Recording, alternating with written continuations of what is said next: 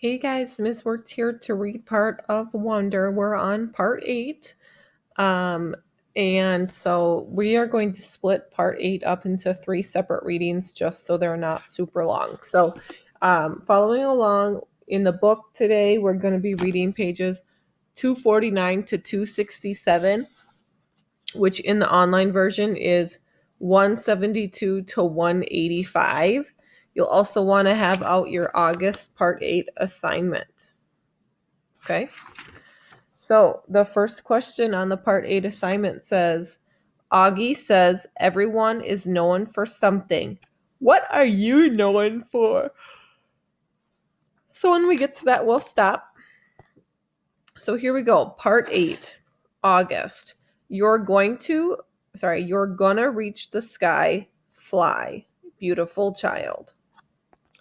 The 5th grade nature retreat. Every year in the spring, the 5th graders at Beecher Prep go away for 3 days and 2 nights to a place called Boardwood Nature Reserve in Pennsylvania. It's a 4-hour bus drive away. The kids sleep in cabins with bunk beds. There are campfires and s'mores and long walks through the woods. The teachers have been prepping us about this all year long, so all the kids in the grade are excited about it, except for me. And it's not even that I'm not excited, because I kind of am. It's just I've never slept away from home before, and I'm kind of nervous. Most kids have had sleepovers by the time they're my age. A lot of kids have gone to sleepaway camps or stayed at their grandparents or whatever. Not me. Not unless you include hospital stays. But even then, mom and dad always stayed with me overnight. But I never slept over. I never slept over Tata and Papa's house or Aunt Kate's or Uncle Poe's house. When I was really little, that was mainly because there were too many medical issues, like my trach tube needed to be cleared every hour or reinserting my feeding tube if it got detached.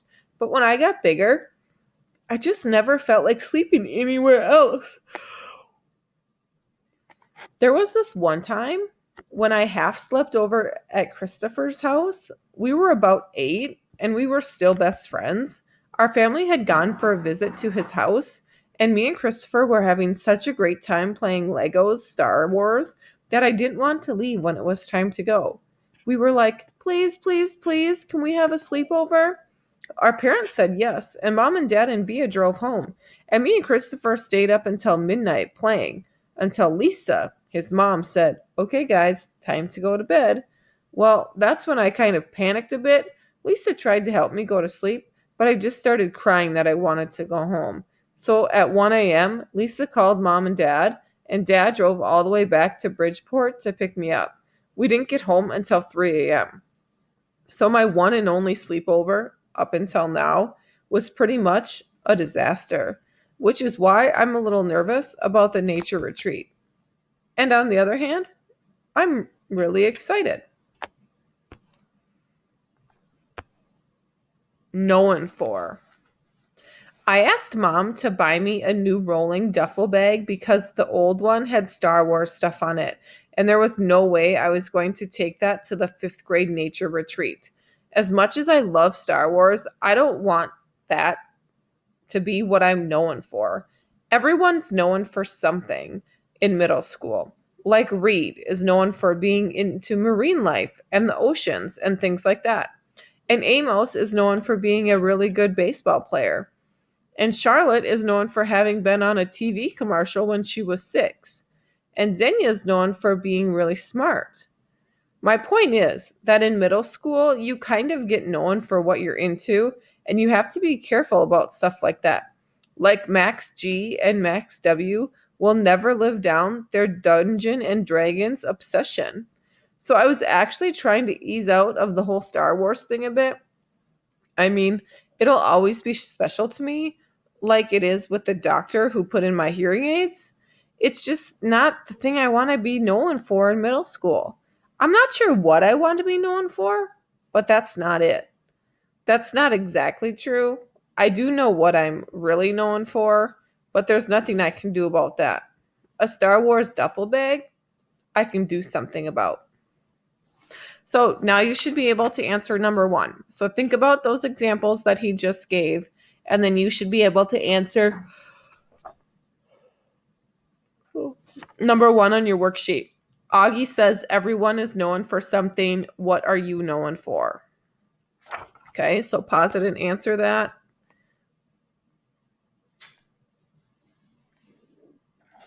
Packing. Mom helped me pack the night before the big trip.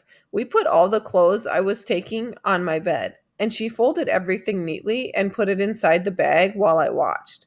It was a plain blue rolling duffel bag, by the way, no logos or art. What if I can't sleep at night? I asked. Take a book with you. Then, if you can't sleep, you can pull out your flashlight and read for a bit until you get sleepy, she answered. I nodded. What if I have a nightmare? Your teachers will be there, sweetie, she said, and Jack, and your friends. I can bring Babu, I said. That was my favorite stuffed animal when I was little. A small black bear with a soft black nose. You don't really sleep with him anymore, do you? Asked Mom. No, but I keep him in my closet in case I wake up in the middle of the night and can't get back to sleep, I said. I could hide him in my bag. No one would know. Then let's do that. Mom nodded, getting Babu from inside my closet. I wish they allowed cell phones, I said. I know, me too, she said. Though I know you're going to have a great time, Augie. You sure you want to pack Babu? Yeah, but way down there where no one can see him, I said. She stuck Babu deep inside the bag and then she stuffed the last of my t-shirts on top of him. So many clothes for just 2 days. 3 days and 2 nights, I corrected her. Yep, she said, smiling. 3 days and 2 nights. She zipped up the duffel bag and picked it up. Not too heavy. Try it. I picked up the bag. Fine, I shrugged. She sat on the bed. Hey, what happened to your Empire Strikes Back poster? Oh, I took that down ages ago, I answered. She shook her head. Huh, I didn't notice that before. I'm trying to, change my image a bit, I explained. Okay. She smiled, nodding like she understood. Anyway, honey, you have to promise me you won't forget to put on bug spray, okay? On the legs, especially when you're hiking through the woods. It's right here in the front compartment. Uh-huh. And put on your sunscreen, she said. You don't want to get a sunburn. And don't, I repeat, do not forget to take your hearing aids off if you go swimming. Would I get electrocuted? No, but if you'd be in really hot water, you'd be in really hot water with Daddy because those things cost a fortune, she laughed. I put the rain poncho in the front compartment too. Same thing goes if it rains, Augie, okay? Make sure you cover your hearing aids with the hood. Aye, aye, sir, I said, saluting. She smiled and pulled me over. I can't believe how much you've grown up this year, Augie, she said softly, putting her hands on the sides of my face. Do I look taller? Definitely, she said. I'm still the shortest in my grade. I'm not really even talking about your height, she said. Suppose I hate it there. You're going to have a great time, Augie. I nodded. She got up and gave me a quick kiss on the forehead. Okay, so I say we get to bed now. It's only 9 o'clock, Mom. Your bus leaves at 6 a.m. tomorrow. You don't want to be late. Come on, chop chop. Your teeth are brushed? I nodded and climbed into bed. She started to lie next to me. You don't need to put me to bed tonight, Mom, I said. I'll read on my own till I get sleepy. Really? She nodded, impressed. She squeezed my hand and gave it a kiss. Okay then, good night, love. Have sweet dreams. You too. She turned on the little reading light next to my bed. I'll write you letters, I said as she was leaving, even though I'll probably be home before you guys get them. Then we can read them together, she said, and threw me a kiss. When she left my room, I took my copy of The Lion, The Witch, and The Wardrobe off the night table and started reading until I fell asleep. Through the witch knew the deep magic. There is a magic deeper still which she did not know. Her knowledge goes back only to the dawn of time, but if she could have looked a little farther back into the stillness and the darkness before time dawned, she would have read there a difference in incarnation. Daybreak. The next day, I woke up really early. It was still dark inside my room and even darker outside, though I knew it would be morning soon. I turned over on my side and didn't feel at all sleepy. That's when I saw Daisy sitting near my bed. I mean, I knew it wasn't Daisy, but for a second I saw a shadow that looked just like her. I didn't think it was a dream then, but now, looking back, I know it must have been. It didn't make me sad to see her at all. It just filled me up with nice things inside. She was gone after a second, and I couldn't hear her again in the darkness, see her again in the darkness. The room slowly started lightening. I reached for my hearing aid headband and put it on, and now the world was really awake. I could hear the garbage trucks clunking down the street and the birds in our backyard, and down the hallway I heard Mom's alarm beeping. Daisy's ghost made me feel super strong inside, knowing wherever I am, she'd be there with me. I got up out of bed and went down to my desk and wrote a little note to Mom. Then I went into the living room where my packed bag was by the floor. I opened it up and fished inside until I found what I was looking for. I took Babu back to my room. I had laid him in my bed and taped the little note to Mom on his chest. And then I covered him with the blanket so Mom would find him later. The note read, "Dear Mom, I won't need Babu, but if you miss me, you can cuddle with him yourself. XO, Augie." Day 1. You'll want to be listening to answer number 2. What would have been the best part of the nature retreat for you? The bus ride went really fast. I sat by the window and Jack was next to me in the aisle seat. Summer and Maya were in front of us. Everyone was in a good mood, kind of loud, laughing a lot. I noticed right away that Julian wasn't on our bus, even though Henry and Miles were. I figured he must have been on the other bus, but then I overheard Miles tell Amos that Julian ditched the grade trip because he thought the whole nature retreat thing was quote unquote dorky. I got really pumped because dealing with Julian for 3 days in a row and 2 nights was a major reason that I was nervous about the whole trip. So now, without him there, I could really just relax and not worry about anything. We got to the nature reserve at around noon. The first thing we did was put our stuff down in our cabins. There were 3 bunk beds to every room. So me and Jack did rock, paper, scissors for the top bunk, and I won. Woohoo! And the other guys in the room were Reed and Tristan, and Pablo and Nino. After we had lunch in the main cabin, we all went on a 2-hour guided hike through the woods. But these were not woods like the kind they have in Central Park. These were real woods. Giant trees that almost totally blocked out the sunlight. Tangles of leaves had fallen tree trunks. Howls and chirps and really loud bird calls. There was a slight fog too, like a pale blue smoke all around us. So cool.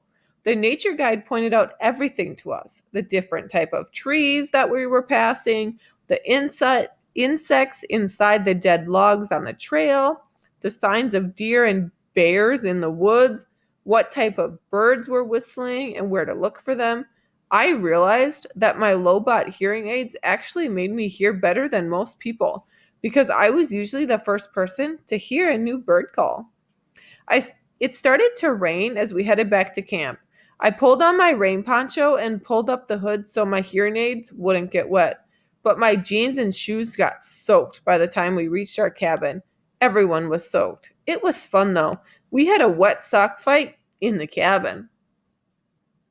Since it rained for the rest of the day, we spent most of the afternoon goofing off in the rec room. They had a ping pong table and old-style arcade games like Pac-Man and Missile Command, and we played until dinner time. Luckily, by then, it had stopped raining, so we got to have a real campfire cookout. The log benches around the campfire were still a little damp, but we threw our jackets over them and we hung out by the fire, toasting s'mores and eating the best roasted hot dogs I ever tasted. Mom was right about the mosquitoes. There were a ton of them. But luckily, I had spritzed myself before I left the cabin, and I wasn't eaten alive like some of the other kids were. I loved hanging out by the campfire after dark. I loved the way the bits of the fire dust would float up and disappear into the night air, and how the fire lit up people's faces. I loved the sound of the fire made too, and how the woods were so dark that you couldn't see anything around you. And you looked up and seen a billion stars in the sky. The sky doesn't look like that in North River Heights. I've seen it look like that in Montauk, though, like someone sprinkled salt on a shiny black table. I was so tired when I got back to the cabin that I didn't need to pull a book out to read. I fell asleep almost as fast as my head hit the pillow, and maybe I dreamed about the stars. I don't know.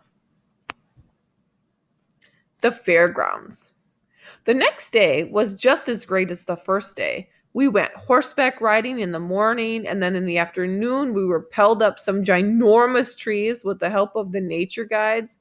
And by the time we got back to the cabins for dinner, we were all really tired again.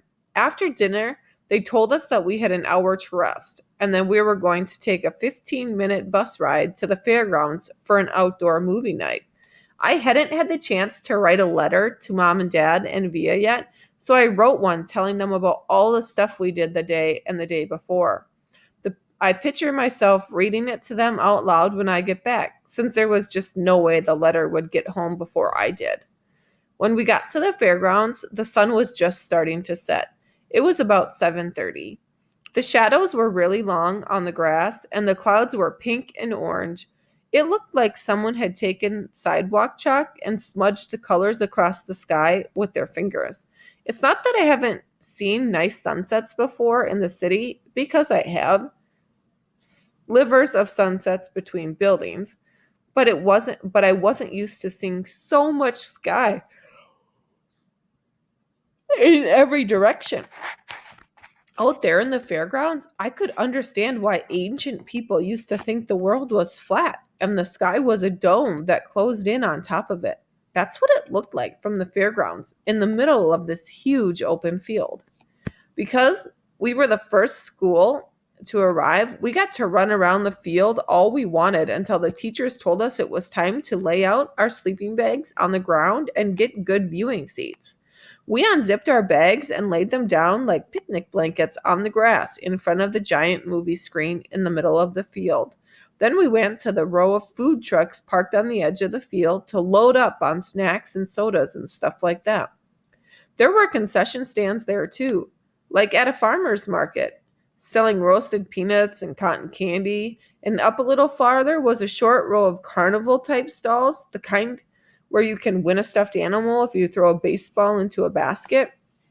Jack and I both tried and failed to win anything, but we heard Amos won a yellow hippo and gave it to Zenma. That was the big gossip that went around, the jock and the brainiac. From the food trucks, you could see the corn stalks in back of the movie screen. They covered about a third of the entire field. The rest of the field was completely surrounded by woods. As the sun sank lower in the sky, the tall trees at the entrance of the woods looked dark blue. By the time the other school buses pulled into the parking lots, we were back in our spots on the sleeping bags, right smack in front of the screen, the best seats in the whole field. Everyone was passing around snacks and having a great time.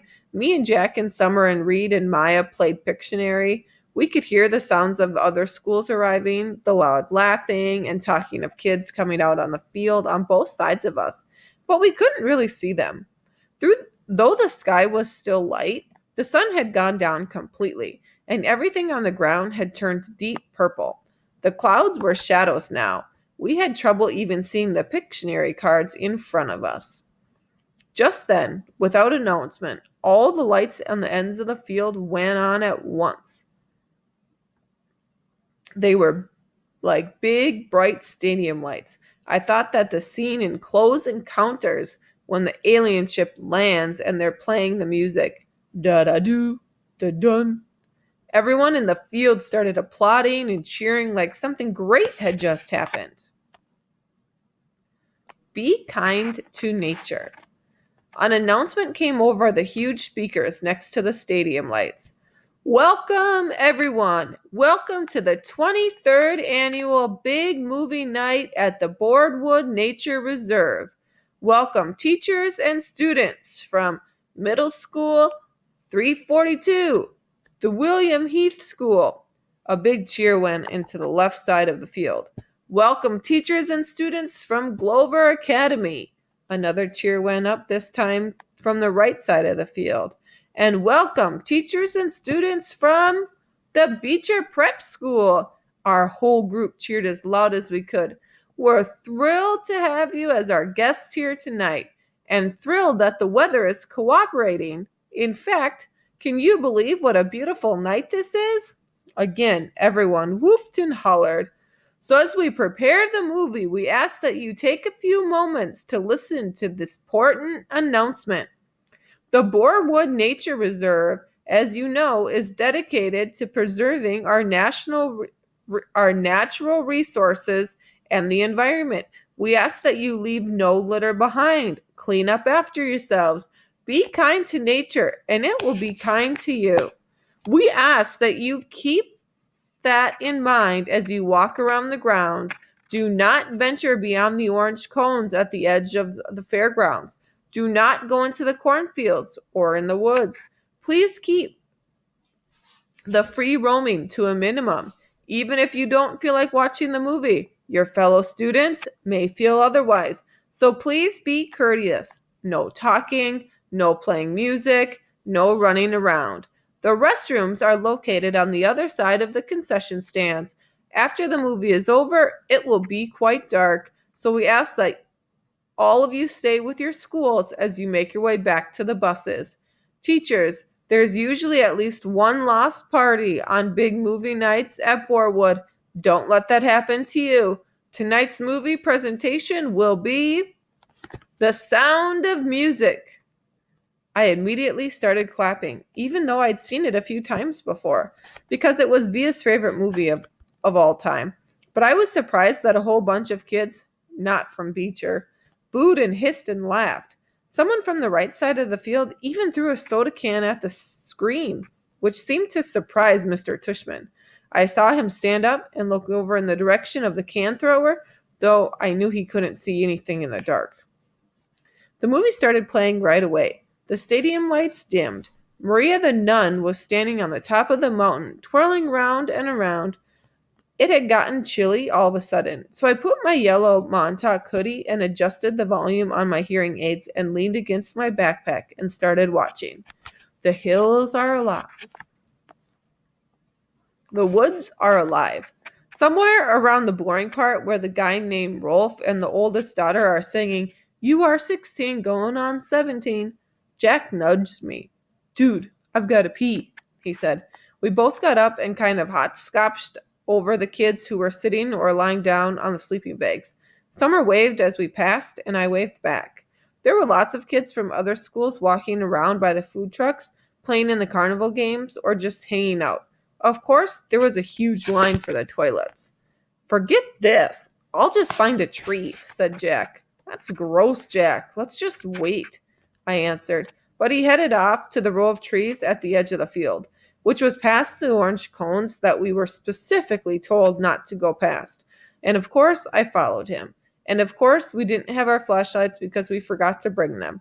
It was so dark now, we literally couldn't see 10 steps ahead of us as we walked towards the woods. Luckily, the movie gave off some light. So when we saw a flashlight coming towards us out of the woods, we knew immediately that it was Henry, Miles, and Amos. I guess they hadn't wanted to wait in line to use the toilets either. Miles and Henry were still not talking to Jack, but Amos had let go of the war a while ago, and he nodded hello to us as they passed. "Be careful for the bears," shouted Henry, and he and Miles laughed as they walked away. Amos shook his head at us. "Don't pay attention to them." Jack and I walked a little farther until we were just inside the woods. Then Jack hunted around for the perfect tree to finally did his business, though it felt like he was taking forever. The woods were loud with strange sounds and chirps and croaks, like a wall of noise coming out of the trees. Then we started hearing loud snaps not far from us, almost like gun cap pops that definitely weren't insect noises. And far away, like in another world, we could hear raindrops on roses and whiskers on kittens. Oh, that's much better, said Jack, zipping up. Now I have to pee, I said, which I did on the nearest tree. No way I was going farther in like Jack did. Do you smell that? Like firecrackers, he said, coming over to me. Oh, yeah, that's what that is, I answered, zipping up. Weird. Let's go. Alien. We headed back the way we came in the direction of the giant screen. That's when we walked straight into a group of kids we didn't know. They'd just come out of the woods, doing stuff I'm sure they didn't want their teachers to know about. I could smell the smoke now, the smell of both firecrackers and cigarettes. They pointed a flashlight at us. There were 6 of them, 4 boys and 2 girls. They looked like they were in the 7th grade. What school are you from? One of the boys called out. Beecher Prep, Jack started to answer, and then all of a sudden, one of the girls started screaming. Oh my God, she shrieked, holding her head over her hand over her eyes like she was crying. I figured maybe a huge bug had flown into her face or something. No way, one of the boys cried out, and he started flicking his hand in the air like he'd just touched something hot. And then he covered his mouth. No freaking way, man. No freaking way. All of them started half laughing and half covering their eyes now, pushing each other and cursing loudly. What is that?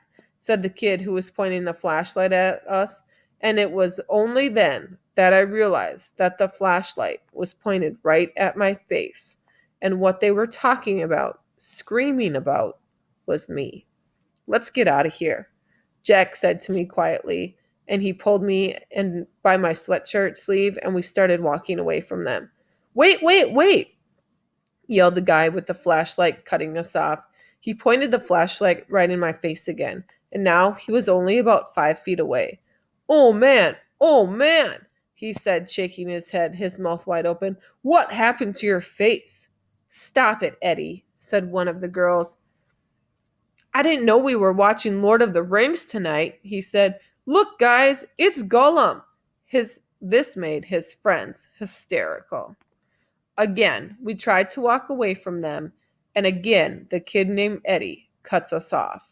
He was at least a head taller than Jack, who was about a head taller than me, so the guy looked huge to me. No, man, it's Alien, said one of the other kids. No, man, it's an orc, laughed Eddie, pointing the flashlight in my face again. This time, he was right in front of us. Leave me alone, okay? Or leave him alone, okay? Said Jack, pushing the hand holding the flashlight away. Make me, answered Eddie, pointing the flashlight in Jack's face now. What's your problem, dude? Said Jack. Your boyfriend's my problem. Jack, let's just go, I said, pulling him by the arm. Oh man, it talks, screamed Eddie, shining a flashlight in my face again. Then one of the other guys threw a firecracker at our feet. Jack tried to push past Eddie, but Eddie shoved his hands into Jack's shoulders and pushed him hard, which made Jack fall backwards. Eddie! Screamed one of the girls. Look, I said, stepping in front of Jack and holding my hands up in the air like a traffic cop. We're a lot smaller than you guys. Are you talking to me, Freddy Krueger? I don't think you want to mess with me, you ugly freak, said Eddie. And this was the point where I knew I should run away as fast as I could, but Jack was still on the ground, and I wasn't about to leave him. Yo, dude, said a new voice behind us. What's up, man? Eddie spun around and pointed his flashlight towards the voice. For a second, I couldn't believe who it was. Leave them alone, dude, said Amos, with Miles and Henry right behind him. Says who? Said one of the guys with Eddie. Just leave them alone, dude, Amos repeated calmly. Are you a freak too? Said Eddie. They're all a bunch of freaks, said one of his friends. Amos didn't answer them, but looked at us. Come on, guys, let's go. Mr. Tishman's waiting for us. I knew that was a lie, but I helped Jack get up, and then we started walking over to Amos. Then, out of the blue, the Eddie guy grabbed my hood as I passed him by, yanking it really hard so I was pulled backwards and fell flat on my back. It was a hard fall, and I hurt my elbow pretty bad on a rock. I couldn't really see what happened afterwards, except that Amos rammed into the Eddie guy like a monster truck, and they both fell down on the ground next to me. Everything got really crazy after that. Someone pulled me up by my sleeve and yelled, "Run!" And someone else screamed, "Get him!" at the same time. And for a few seconds, I actually had two people pulling the sleeves of my sweatshirt in opposite directions. I heard them both cursing until my sweatshirt ripped and the first guy yanked me by the arm and started pulling me behind him as we ran, which I did as fast as I could. I could hear footsteps just behind us, chasing us, and the voices shouting and the girls screaming. But it was so dark, I didn't know whose voices they were. Only that everything felt like we were underwater. We were running like crazy, and it was pitch black. And whenever I started to slow down, the guy pulling me by the arm would yell, "Don't stop." And that is where we are stopping for this video. So to hear what happens next, watch tomorrow's video.